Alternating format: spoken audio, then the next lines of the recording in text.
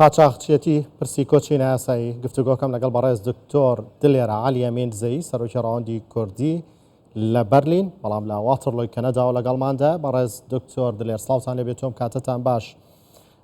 بۆ پێی کە بەڕێزتان سەرۆکی ڕەوەندی کوردین لە بەرلین، دۆخی یەکێتی ئەوروپا تا چەند گونجاوە ئێستا؟ یاسا و ڕێساکانی یەکێتی ئەوروپا تا چەند گونجاون کە خەڵک بەم شێوە ژیانی خۆی بخاتە مەترسیەوە بۆی؟ لەو دوایەدا بەڕاستی هەموو بوارەکان زەحمەتیان کردی، یعنی نەک لە بواری کەسی تایبەت بەڵکو لە بواری ئەکادمیشدا زۆر زەحمەت بووە. حکوومەتەکان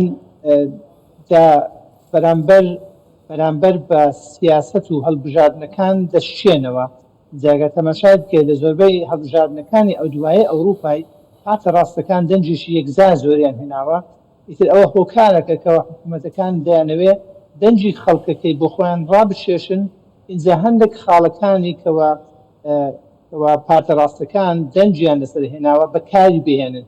اینجا لەبەر ئەو هۆکارە وڵاتەکانی زۆر وڵاتەکانی ئەوروپای بەرەو لای ڕاست دەڕواتن کە ئەوش دەبێتە بابن هۆکاری یەکەمی دەنگهێنانەکە لەسەر بەداخەوە لەسەر ئەستۆی بێگانەکان دەکەوێتن. بێگانەکانش بەڕاستی زیاتر بێگانەکانی ڕۆژهەڵاتی ناوەڕاستە لەگەڵ بابرین هین ئەفغانستان و ئەوانە. دکتۆرەکان بەڕاستی وەکو گونجاو نییە. من خۆم زۆرم هەست پێ کردو بەڕاستی بەو دوایەدا کێشەیەکی یەکجار زۆر لە ئەوروپای هەیە لە هەموو بوارەکە هەموو وڵاتەکانی ئەوروپای، هەم لە بوارەی خانووگرتن، هەم لە بواری کار، هەم لە بواری خزمەت گوزاری تر کابن ئەوانی یارمەتیدان حکوومەتی ئایا لە ڕێگای باری سوشارە لە ڕێگەی پاری حکوومەت لە ڕێگەی باری بەڵێ. دکتۆر، ئەو دۆخەی بەسەر پەنابەران دێت لە ڕێگای کۆچکردنیان، ئەمە تا چەند ئەگەڕێتەوە بۆ یەکەوەی کە پێویستە هاوڵاتی خۆی هێوشیار بێ، خۆی نەداتە دەست قاچاقچی کە ئەومان زۆر باشە زانی نەقسەیان ڕاستە نەبەڵێنیان ڕاستە، و ئەمە تا چەند ئەگەڕێتەوە بۆ ئەوەی کە بەشی هۆکارەکەی قاچاقچیەکانن بێبەزەین گوێ نادەن بەوەی ئەو کەسەی پارەکەی لێوەرگن چی بەسەردێ، یا تا ئەگەڕێتەوە بۆ ئەوەی کە هاوڵاتیە بێ هۆشیار بێت خۆی نەخاتە دەستەوان. من بەڕاستی زۆرم پێسەیرێ، نازم ئەو خەڵکە بەجددی بە هەڵ دەخەڵەتێتن بەسە هەڵ خەڵەتایە لەو چەند ساڵی ئاخیردا. یعنی باوەڕ بکەن وەکو نمونەیەکی بەسیط ئێستا لە کەنەدای، ئێستا لە زانکۆی وەتەڕوومە لە کەنەدای کەسانی ئێرەکە کار دەکەن بۆ نمونە ساڵانەیان $100,000 هەیە بخۆ بە خێزانەکەی، دوو منداڵیان هەیە، دەڵێتن ئەگەر ئاوا بڕواتن بەو گرانیەی ئەوە ئەمە ناتوانین منداڵەکانمان بێژن، ناتوانین زلیان لە دەبێ بچن دەستی دووی. ئیتر بەو شێوازەیە باش هەر کەسێکی بێگانە کە دێتە ئەوروپای بوونمان دێتە ئێرە، ئەخر ئەو پەڕی ناتوانین لە $50,000 زیاتر دۆلاری بەرزکەوی ساڵانە. ئاخر پێم بڵێ چۆن دەتوانی لە $50,000 بژی؟ دوایی ئەتوو لە کوردستانێدا زۆربەی ئەو وازیباتانت نییە ئاکە خانەکەی خۆت هەبی لە خوای بەزیار بی، ئەگەر ئیشێکی بەسیتت هەبیتن ژیانشی زۆر خۆشتر دەبێت لە لێرە. تاکە کوردستان بەڕاستی کێشەی سیاسی نمایە، زۆر ئازادە. تاقەشتی بڵێم ئەوەی بوارەکەی ئیشە، خەڵکەکە زیاتر وەرزانن بەرەو ئیش دێتە ئەوروپای. بەس باوەتان هەبی نە لە ئەوروپای کە من ئەڵمانیا بووم چەندەها باڵێن ئێستا بە سەردان لێرەمە چەندەها ساڵیشە 96 وەرە ئەڵمانیا دەژیم، هەڵی کار لەوێش زۆر خراپ بووە. یعنی من هەڵی کارم بۆ ڕێککەوتووە، بەڵام گوتیان لەبەر شێوازەکەت ناتوانین ئەو بوارە دەینێ کە دەوەی دەزانین ئێمە چوو سەرکەوتو نابی، خەڵکەکە قبولت ناکاتن. کەواتە ئەوان خۆیان دەزان خەڵکی ئەڵمانەکە تو هەر چەند دکتۆر و پرۆفیسۆربی قبولت ناکەن. ئێجا خەڵکی فکری بیزنس دەکاتەوە. خۆ لە بەخاتری چاوی جوانی من و توش کوتی دان نامەزێن وەکو ئەڵمان دەڵێ، ئەوان بیزنسیان دەوێتن.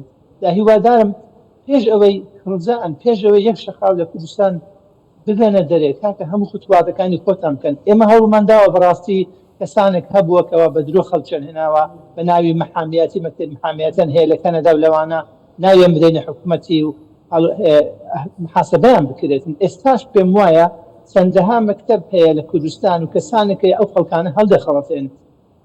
بەڕای من زۆر پێویستە پێش هەموو وەختێک ئەو کەسانە ڕابژێن، خەڵکەکە زیاتر وعی بێتەوە. دوای لە ڕێگای کاکەژێن لە ڕێگەی کەسی خۆتان، کەسی نزیکتان زانیاری پێ بکەن.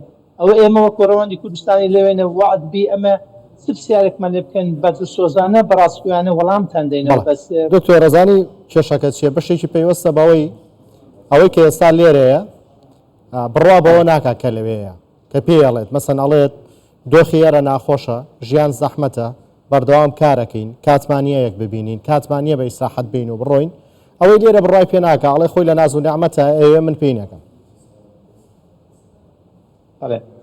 ئەمن دەتوانین هیچ کێشەیەکمان نییە دەتوانین ئەو ژمارانە لە لاپەڕەکەمان دابنین خەڵک تەمەشای بکە ئامادەینە هەروەها پێیستێپی وات ئەوەی ماگانەی کەوەری دەگری بە بێناو لەوێدانی خەڵک بۆ خۆی تەماشای بکاتن بۆ خۆی تەمەشای سیارەکان بکە بۆ نمونە نمونەیەکی بەسیت ئەوە لێرە لە کەنەدای دوای ئەڵمانەشە بێدەم یەک ژوور بەکرێ لەگەڵ خەڵکشتردا بژی بەلای کەمی $750 چوو ئەگەر عائلەیەکت هەبی یاخو لە خێزانەکەت بی تو شوقەیەکت دەوێت شوقەکە کاکە بەلای کەمی 1800 بە 2000 بەسەرەوەیە تا 2600 دەبێتن باشەوە بەس شوقەکەیە ئەدی پارەی بنزینی سیارەیە ئەدی پارەی ئەویتر وڵی خۆ بە هەر شێوەیەکی ینی ئەوەندە کار بکەیت هیچ لە نامێنێتەوە ینی هەر هەرەیەکەیە وەکو هەولەوەی هەولێری گوتنی ناوێ هەشتشی لە ئەڵمانیادا بۆ نمونە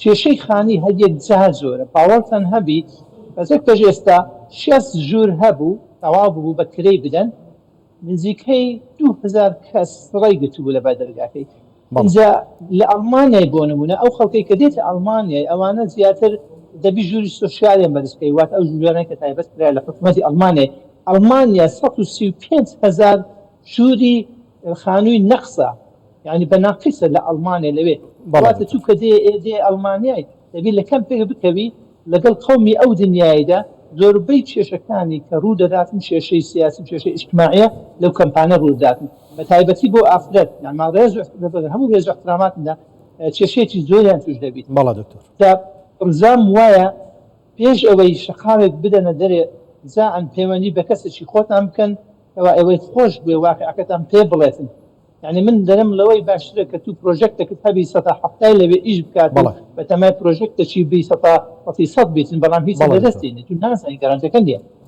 سپاس بەڕێز دکتۆر دلێرە عالی ئەمیندزەی سەرۆکی ڕەوەندی کوردی لە بەرلین لە واتەرلۆی کەنەدا لەگەڵماندا بووی. سپاس بۆ کاتێ بێمەتاندا.